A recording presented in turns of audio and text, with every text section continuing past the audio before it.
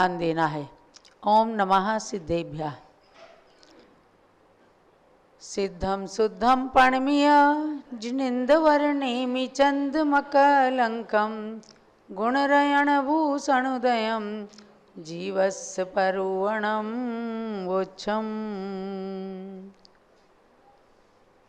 गोमठ 60 जीवकांड का स्वाध्याय प्रारंभ हो रहा है। इसमें वर्णित 20 प्ररूपणाओं के अंतर्गत 12वीं प्ररूपणा ज्ञान मार्गणा के अंदर अवगाहन कर रहे हैं आप कि ज्ञान का सूर्य प्रत्येक आत्मा के अंदर विद्यमान है, किंतु उस पर संसारी अवस्था में आवरण पड़ा होने के कारण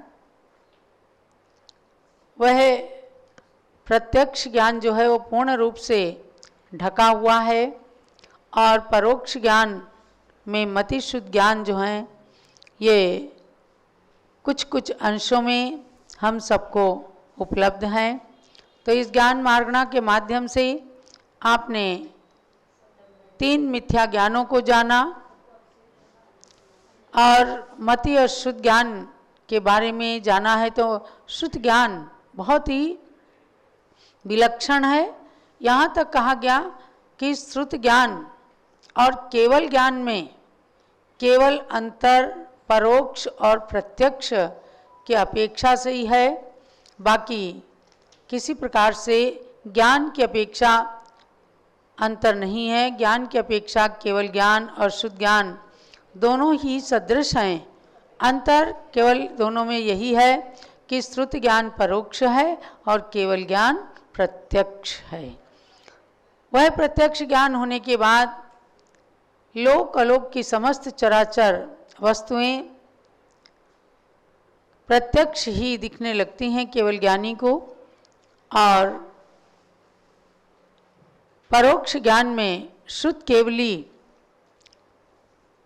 केवल ज्ञान की तरह से ही द्वादशांग का ज्ञान, संपूर्ण शुद्ध का ज्ञान प्राप्त कर लेते हैं, जो केवल ज्ञान के सदृश ही होता है। ऐसे शुद्ध ज्ञान की विशेषता और उसके विस्तार को बताते हुए आपको अनेक नई नई चीज़ें बताई गईं। 11 अंग के नाम, 14 पूर्वों के नाम, इनकी पदों की संख्या। अब हम चलते हैं 110 नंबर की गाथा पर। पेज नंबर है 106। द्वादशांग के समस्त पदों की संख्या। 12 कोड़ी तेसी दियतः यहोन्ति लक्षणम् 58 सहस्रा पंचेव पदानि अंगाणम्। सामूहिक गाथा पढ़िए। 12 कोड़ी तेसी दियतः यहोन्ति लक्षणम् 58 सहस्रा पंचेव पदानि अंगाणम्। 12,000 त्रयशीतिस्तथा भवन्ति लक्षाणाम् 58 सहस्राणि पंचैव पदानि अंगानाम्। इस गाथा के माध्यम से आचार्य देव पूरे द्वादशांग के संपूर्ण पदों की संख्या को बता रहे हैं कि कितने 1,82,58,005 पद होते हैं। पूरे द्वादशांग के अंदर इतनी सारी पद होते हैं। जब समस्त पदों की संख्या मिलाई, आप सतखंडागम आदि ग्रंथों में या गोमठ 60 जीवकांड की बड़ी टीका में इनके अलग अलग पदों की संख्या भी पढ़ सकते हैं। यहाँ संपूर्ण पदों की संख्या दी है 112,83,58,005 पद होते हैं। सरस्वती की पूजा में भी आप पढ़ते हैं 112 कोड़ी बखानो 1,83,000 ऊपर जानो 58 सहस्र पंच अधिकाने 12 अंग सर्वपद माने। ये पढ़ते हैं। जब पूजन करें तो तो एक एक शब्द पर ध्यान दे करके और स्वाध्याय का लाभ भी जरूर लेना चाहिए। उसी संख्या को इस गाथा के माध्यम से आचार्य देव ने बताया है। यानी कहने का मतलब ये है कि द्वादशांग बहुत विशाल है। और आप देखो कि अगर सोचो कि इतने करोड़ पद हो गए, कौन सी खास बात है। अब आप देखो कि एक पद के अंदर कितने अक्षर होते हैं। एक पद में 1634 करोड़ 83 लाख 7,888 अक्षर होते हैं। माने एक पद के अंदर जब इतने अक्षर हुए तो आप पूरे 112 करोड़ 83 लाख 58,005 पदों के अक्षरों को गिनेंगे तो आज के कंप्यूटर में तो, आज के कैलकुलेटर में तो आ ही नहीं सकते। इसलिए द्वादशांग महासमुद्र कहा गया। कोई बच्चा उससे पूछा जाए कि समुद्र कितना बड़ा होता है, वो अपनी छोटी छोटी बाहों को फैला करके कहेगा कि इतना बड़ा, इतना बड़ा, इतना बड़ा। माने समुद्र की विशालता को एक बालक अपनी बाहों से मापना चाहता है लेकिन माप नहीं सकता। इसी प्रकार से हम सब बालक हैं, अज्ञानी हैं। हम द्वादशांग रूपी समुद्र की गणना, उसका माप अपने छोटे छोटे ज्ञान रूपी हाथों से नहीं कर सकते। बस इतना करना है कि उस पर हमें श्रद्धान करना है और जो श्रुत उपलब्ध है उसका ज्ञान प्राप्त करके ही आगे केवली श्रुत केवली बनने की इच्छा करना है। आप स्वयं सोचिएगा कि जब कभी स्वाध्याय करते हैं तो कहीं कोई चीज़ नहीं समझ में आई तो मन उसमें अटका रहता है, यदि असली स्वाध्यायी हैं तो। और उसके बाद जब वो विषय क्लियर हो जाता है तो बहुत प्रसन्नता की अनुभूति होती है। छोटा सा ज्ञान, सरसों के बराबर ज्ञान यदि विकसित हो जाता है या स्पष्ट हो जाता है तो अपनी प्रसन्नता का ठिकाना नहीं रहता। तो केवल ज्ञान के अंदर कितना सुख, कितनी शांति, कितनी खुशी, कितनी प्रसन्नता होगी, इसका अनुमान भी हम और आप नहीं लगा सकते। केवल श्रद्धा कर सकते हैं।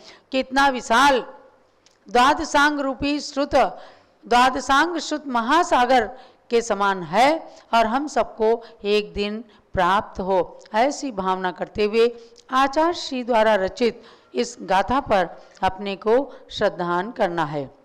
अब मैं आपको ले चलती हूँ तीर्थ यात्रा की ओर। तीर्थ यात्रा करते हुए और आज हस्तिनापुर तीर्थ की यात्रा करेंगे। उससे पहले आपको जानना है कि परसों चैत्र शुक्ला त्रयोदशी, आज हम सब ने भगवान सुमतिनाथ का खूब अच्छा जन्म, केवल ज्ञान और मोक्ष कल्याणक मनाया। अभी भी थोड़ी देर में यहाँ पर अयोध्या में 1008 कलशों से भगवान सुमतिनाथ का जन्माभिषेक होने वाला है। और परसों महावीर जयंती के दिन महावीर जन्मभूमि कुंडलपुर नालंदा बिहार के अंदर बिहार सरकार के द्वारा, पर्यटन विभाग के द्वारा विशाल कुंडलपुर महोत्सव होने जा रहा है 2 दिन का। तो 21 और 22 अप्रैल को आज दिल्ली से बहुत सारे यात्री रवाना हुए हैं कुंडलपुर के लिए। मध्य प्रदेश से भी जबलपुर आदि स्थानों से लोग अयोध्या होते हुए गए और हमारे इलाहाबाद के सपन जैन उन सब को लेकर के कुंडलपुर भगवान महावीर की जन्मभूमि की यात्रा कराने के लिए उन्हें ले गए हैं। आप सब अपने अपने नगरों में भगवान महावीर की जन्म जयंती मनाएं और कुंडलपुर से होने वाले पारस चैनल के सीधे प्रसारण को देख करके दिन भर में उस कुंडलपुर नगरी का दर्शन करके महान पुण्य का संचय करें। आज श्रीमती डॉक्टर राधा जैन, दिनेश जैन की शादी की वर्षगांठ है। इनके लिए बहुत बहुत मंगल आशीर्वाद है। कल आकर के इन्होंने भगवान भरत सिद्ध परमेष्टि जो चक्रवर्ती सम्राट थे उनके 923 पुत्र थे और उन्होंने एक ही बार, पहली बार जीवन में मनुष्य गति प्राप्त की थी और भगवान ऋषभ देव के समोशरण में जाकर वे एकदम दीक्षित हो गए और उन्होंने तपस्या करके मोक्ष को प्राप्त कर लिया था। ऐसे 923 भगवान के मंदिर का कल भूमि पूजन करने के लिए आए। राधा और दिनेश जैन, इनकी सुपुत्री और दामाद भी आए। संस्कृति और सम्यक जैन दिल्ली से, सब लोगों ने मिल करके उस मंदिर का शिलान्यास किया। ऐसी श्रीमती डॉक्टर राधा जैन जो सीनियर साइंटिस्ट हैं, उनकी शादी की वर्षगांठ पर बहुत बहुत मंगल आशीर्वाद है। लखनऊ निवासी राधा जी दिनेश जी के लिए बहुत बहुत मंगल आशीर्वाद है। पूज्य गणनी ज्ञानमती माता जी भी उन्हें मंगल आशीर्वाद प्रदान कर रही हैं। तो अब चलिएगा, हम चलते हैं हस्तिनापुर। कल आपने हस्तिनापुर के प्राचीन मंदिरों के दर्शन किए हैं। उन्हीं दर्शनों के अंतर्गत उसी प्राचीन मंदिर कमेटी के द्वारा वहाँ पर कैलाश पर्वत की भी विशाल रचना है। वहाँ पर भी यात्रीगण जा कर के कैलाश पर्वत के 72 जिन मंदिरों के दर्शन करते हैं। पुनः आगे चलते हैं तो जम्बूद्वीप की वह विश्व प्रसिद्ध रचना, जिसे देखने के लिए देश विदेश से लोग आते हैं और तमाम रिसर्च स्कॉलर आ करके प्रतिवर्ष वहाँ पर करनान योग की इस रचना से अपने ज्ञान को वृद्धिंगत करते हैं। तो वहाँ पर हम चलते हैं। सर्वप्रथम कल्प वृक्ष द्वार से जम्बूद्वीप अतिशय क्षेत्र में प्रवेश होता है। देखिए ये सुंदर कल्प वृक्ष द्वार है, जिस कल्प वृक्ष द्वार में नमोकार महामंत्र बहुत डिजाइन के साथ में लिखा हुआ है, कल्प वृक्ष बना हुआ है। इस द्वार से प्रवेश करते ही एकदम कल्प वृक्ष की तरह ही मुंह मांगा फल प्रदान करने वाले इस अतिशय क्षेत्र में परम आनंद की अनुभूति, स्वर्ग के समान सुख की अनुभूति होती है।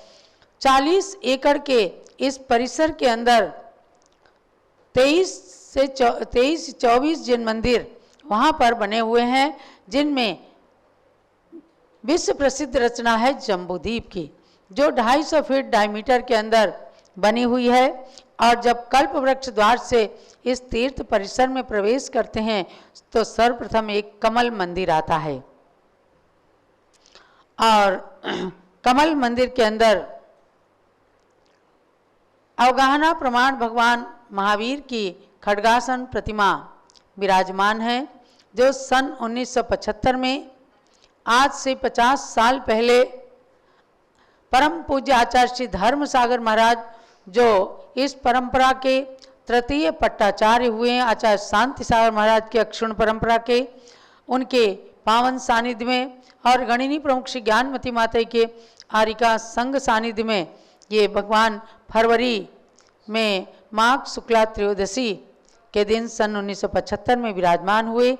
तब से ही उस धरती पर ऐसा चमत्कार आया कि हस्तिनापुर की दिन दूनी रात चौगनी निरंतर वृद्धि होती है। सुंदर कमल मंदिर है और इसके अंदर विराजमान भगवान महावीर।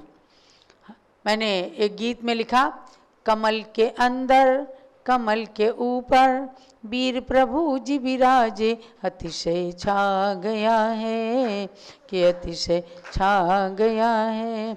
तो कमल मंदिर के अंदर कमलासन पर विराजमान ये भगवान, इनकी विशेषता यही है कि 7 हाथ के भगवान महावीर थे, तो 7 हाथ की ये प्रतिमा है। और जिस दिन से विराजमान हुई उसी दिन दोनों शीर्ष साधुओं के मुख से ही निकला, धर्म सागर महाराज और ज्ञानमती माता के मुख से, कि कल्प वृक्ष भगवान महावीर हैं।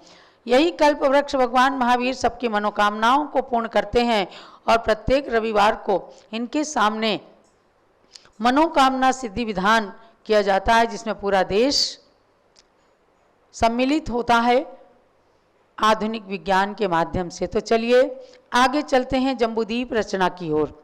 ये जम्बूद्वीप की रचना देखिए, ड्रोन से खींचे गए इस चित्र के माध्यम से आप देख रहे हैं कि कितना सुंदर चारों तरफ, जम्बूद्वीप के चारों तरफ लवण समुद्र है, जहाँ लोग नौका विहार करते हैं। और नौका विहार करते हुए भगवान के वहाँ जितने भी चैत्यालय बने हैं, उन समस्त चैत्यालयों के, जम्बूद्वीप के 78 अकृत्रिम चैत्यालय, उनका दर्शन करते हैं। 123 देव भवनों के दर्शन करते हैं और उसमें बने हुए 6 भगवान के समोसरण हैं, तो उन सब के दर्शन करते हैं। ये जम्बूद्वीप का प्रमुख द्वार देखा जहाँ पर एक पुल से पार करके विदेह क्षेत्र में प्रवेश करते हुए और जम्बूद्वीप में जाकर सुमेरु पर्वत आदि की वंदना करते हुए चारों तरफ भी दर्शन कराए जाते हैं। एक एक मंदिरों का बहन जी दर्शन कराते चलो। यह है 3 मूर्ति मंदिर जहाँ भगवान ऋषभदेव भरत बाहुबली की प्रतिमा विराजमान है। अर्घ चढ़ाइए। इस मंदिर में पार्श्वनाथ नेमिनाथ भगवान की भी प्रतिमा विराजमान है। ओम ह्रीम तीर्थंकर श्री ऋषभदेव भरत बाहुबली चरणेभ्यो नमः अर्घ्यम निर्पामीति स्वाहा। ओम ह्रीम चिंतामणि पार्श्वनाथ जिनेन्द्रार्घ्यम निर्पामीति स्वाहा। ओम ह्रीम राहु ग्रह ऋष निवारक श्री नेमिनाथ जिनेन्द्राय अर्घ्यम निर्पामीति स्वाहा। ओम ह्रीम इस मंदिर में विराजमान अरन सिद्धाचार्य उपाध्याय सरसाधु जिंदम नागम जिनचे चैत्यालिभ्यो नवदेवताभ्यो नमः अर्घ्यम निर्पामीति स्वाहा। और आचार्य शांति सागर महाराज वीर सागर महाराज की प्रतिमाएं हैं। ओम ह्रीम श्री शांति सागर वीर सागराभ्याम अर्घ्यम निर्पामीति स्वाहा। ओम ह्रीम यहाँ सरस्वती और लक्ष्मी माता की। ओम ह्रीम द्वादशांगमयी सरस्वती देवी अर्घ्यम निर्पामीति स्वाहा। ओम ह्रीम श्रीम क्लीम ब्लूम महालक्ष्मी नमः अर्घ्यम निर्पामीति स्वाहा। ओम ह्रीम धर्णेन्द्र देवी इदम अर्घ्यम ग्रहण ग्रहण स्वाहा। ओम ह्रीम पद्मावती देवी इदम अर्घ्यम ग्रहण ग्रहण स्वाहा। ओम ह्रीम क्षेत्रपाल देवी दमर्घ्यम ग्रहण ग्रहण स्वाहा। ओम ह्रीम गोमुख देव इदमर्घ्यम ग्रहण ग्रहण स्वाहा। ओम ह्रीम चक्रेश्वरी देवी इदमर्घ्यम ग्रहण ग्रहण स्वाहा। ये 3 मूर्ति मंदिर के दर्शन हुई। बाहर से सुंदर तोरण द्वारों से समन्वित और दक्षिण के शिल्पकारों के द्वारा निर्मित सफ़ेद सफ़ेद शिखरों से युक्त ये जिन मंदिर शोभायमान होता है। इस मंदिर के ऊपर भी शिखर में भगवान ऋषभदेव की प्रतिमा है और आजू बाजू के 2 शिखरों के अंदर भी एक तरफ सप्त परम स्थान के 7 तीर्थंकरों की प्रतिमा और एक तरफ 9 देवताओं की प्रतिमा विराजमान है। ऐसे जिन मंदिर को बारंबार नमोस्तु नमस्कार नमस्कार। तो ये आपने किए। कमल मंदिर के चमत्कारिक कल्प वृक्ष भगवान महावीर के चरणों में भी अर्घ्य चढ़ाइए। ओम ह्रीम कमल मंदिर में विराजमान कल्प वृक्ष भगवान महावीर स्वामी के चरणों में अर्घ्यम निर्पामीति स्वाहा। और अब जम्बूद्वीप के जिन बिंबों को अर्घ्य चढ़ाइए। ओम ह्रीम जम्बूद्वीप रचनायाम विराजमान समस्त जिन प्रतिमाभ्या अर्घ्यम निर्पामीति स्वाहा। जम्बूद्वीप का दिखाओ। जम्बूद्वीप की प्रतिमाओं का अर्घ्य चढ़ा रहे। पुनः देखो कितना सुंदर है। ये जम्बूद्वीप के चारों ओर रंग बिरंगे झंडे लगे हुए हैं। एक एक मंदिर बिल्कुल स्पष्ट दिखता है। कभी जब यहाँ लवण समुद्र में फव्वारे चलते हैं तो उसकी शोभा लाइट और फव्वारों की शोभा देखते ही बनती है। ऐसे जम्बूद्वीप के समस्त आकृत्रिम चैत्यालय और देव भवनों में विराजमान समस्त भगवंतों को कोटि कोटि नमन के साथ आगे चलेंगे। एक अष्टापद मंदिर है। अष्टापद मंदिर जहाँ कैलाश पर्वत की रचना बनी हुई है, जो सन 2000 में अंतर्राष्ट्रीय भगवान ऋषभदेव का निर्वाण महोत्सव मनाया गया। राजधानी दिल्ली में तत्कालीन प्रधानमंत्री अटल बिहारी वाजपेयी ने आकर 1008 लाडुओं में प्रथम निर्वाण लाडू चढ़ाया और भक्तों ने महोत्सव किया। इस पर रत्न प्रतिमाएं विराजमान हुई। ऐसे कैलाश पर्वत की रचना इस अष्टापद मंदिर में बनी हुई है। ओम ह्रीम कैलाश पर्वतस्य उपरि विराजमान 72 जिनालयस्थ जिनबिंबेभ्यो नमः अर्घ्यम निर्पामीति स्वाहा। और इसी जिन मंदिर में एक सुंदर भगवान ऋषभदेव की प्रतिमा है, जो मांगी तुंगी में बनने वाले भगवान ऋषभदेव की माप के लिए सर्वप्रथम बनाए गए उन भगवान की प्रतिमा भी विराजमान है। उसी माप के अनुसार ऋषभगिरी मांगी तुंगी में 108 फुट के भगवान निर्मित किए गए हैं। उनके भी श्री चरणों में ओम ह्रीम श्री ऋषभदेव जिनेन्द्राय अर्घ्यम निर्पामीति स्वाहा। और अब आगे चलते हैं। विश्व शांति जिनालय, चलो 3 लोग की रचना लेते हैं, क्योंकि परिसर के अंदर जो भी रचनाएं हैं सभी जगह जाकर भक्तगण दर्शन करते हैं। दिखाओ जो चीज़। उसका, इसलिए हाँ, तीन लोक की रचना जो बिल्कुल आगम के अनुसार बनी हुई है, अधोलोक से लेकर ऊर्ध्वलोक तक और सिद्धशिला तक, उसमें पूरा जैन भूगोल खगोल दर्शाया गया है। हाँ, तो ध्यान देना है कि तनुवात वलय का स्पर्श करती हुई सिद्धशिला जो बाहर से अर्धचंद्राकार दिखती है, वह उत्तान कटोरी के समान गोल सिद्धशिला है और उसे कभी भी तीन लोक की छत पर हम विराजमान नहीं कर सकते, नहीं बना सकते, क्योंकि वो अलोकाकाश हो जाता है। इस प्रकार से बहुत ही सूक्ष्मता से जो पूज्य माता ने अध्ययन किया, उसके अनुसार आगमोक्त ये तीन लोक की रचना है। कहीं कहीं तीन लोक की रचना को कुछ गलत दर्शा देते हैं, तो ये आगम की रचना नहीं कही जा सकती। आप देखिए, ये मध्य लोक की रचना है और अधोलोक में भी खर भाग और पंख भाग में 7,72,00,000 जिन बिंबों के प्रतीक में वहाँ भवनवासी देवों के मंदिरों में प्रतिमाएं दिखाई गई। ये मध्य लोक में भूगोल तो है ही, खगोल के रूप में सूर्य चंद्र तारा आदि के विमानों को दिखाया गया कि किस प्रकार से ये इन विमानों में भी जिन बिंब विराजमान हैं उनके भी दर्शन करते हैं। आज जितने दर्शन हो सकेंगे हम कराएंगे और उसके बाद हम आपको स्वर्णिम तेरा दीप की रचना का दर्शन कल कराएंगे।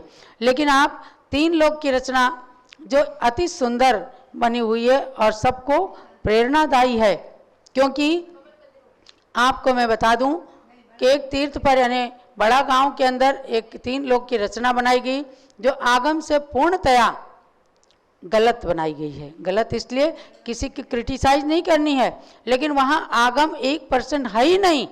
निगोद के अंदर कुछ चीज़ें बना दी गई, समोसरण नंदीश्वर आदि, और तीन लोक के ऊपर भगवान की प्रतिमा विराजमान कर दी गई। ज्ञानमती माता ने उन रचनाकर्ताओं के लिए कई बार प्रेरणा दी कि आप गलत रचना बना करके लोगों को गलत संदेश देंगे, लेकिन कारणवश उसमें कुछ नहीं मानी गई बात।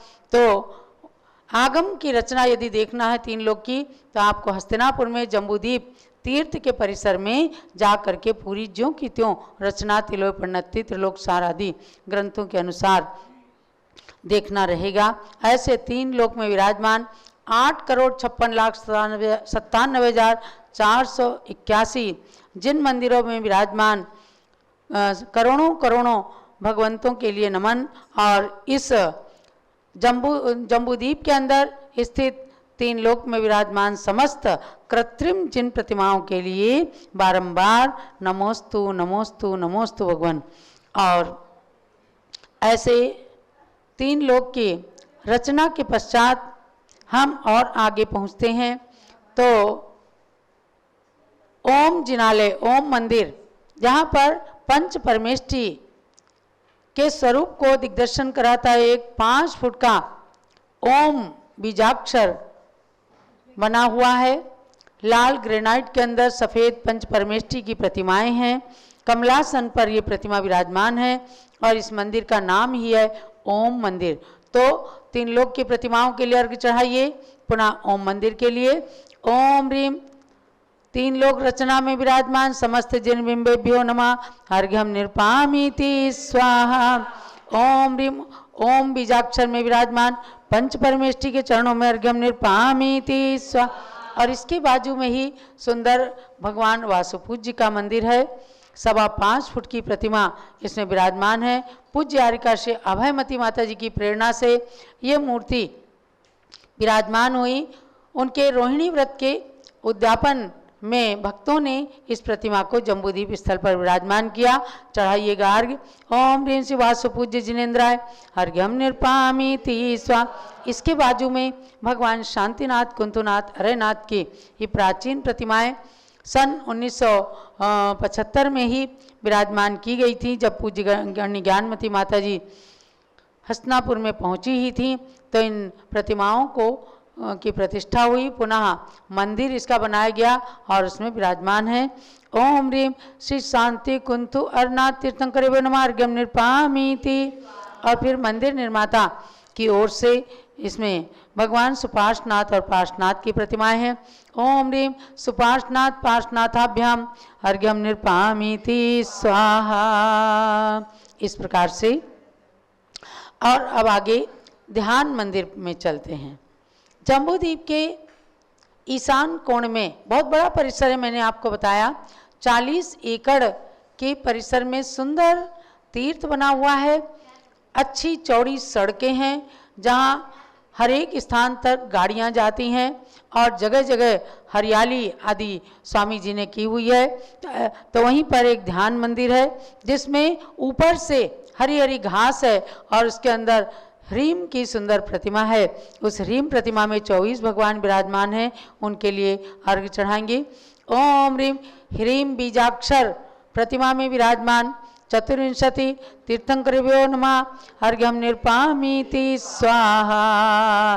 चलो 24 तीर्थंकर भगवान की, जम्बूद्वीप अतिशय क्षेत्र की जय। ऐसे आपको हमने ये कुछ दर्शन कराए हैं। पुनः हम आगे आपको कल और भी जिन मंदिरों के दर्शन कराएंगे और उनके अर्घ्य चढ़वाएंगे। ये विश्व की अद्वितीय रचना के साथ साथ जैन समाज का एक लाइट हाउस है, पावर हाउस है, जहाँ से ज्ञानमती माता जी के माध्यम से बहुत सारे कार्यक्रम और आर्ष मार्ग की परंपरा का शंखनाद किया जाता है। ऐसे जम्बूद्वीप अतिशय क्षेत्र को बारंबार नमन करते हुए अब हम गुरु भक्ति की ओर चलते हैं। आचार्य शांति सागर वीर सागर नेमी सागर महाराज के श्री चरणों में अर्घ्य चढ़ाते हैं। जिस परंपरा के अंदर आचार्य शांति सागर महाराज, वीर सागर महाराज, शिव सागर महाराज, धर्म सागर महाराज, अजित सागर महाराज, श्रेयांश सागर महाराज और अभिनंदन सागर महाराज और वर्तमान में सप्तम पट्टाचार्य के रूप में अनेकांत सागर महाराज हैं। देखो यही अक्षुण्ण परंपरा है, आचार्य परंपरा।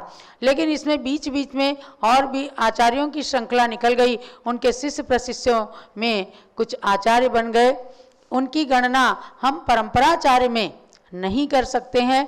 ऐसे कई आचार्यों के हैं, सभी परम पूज्य हैं, धर्म की प्रभावना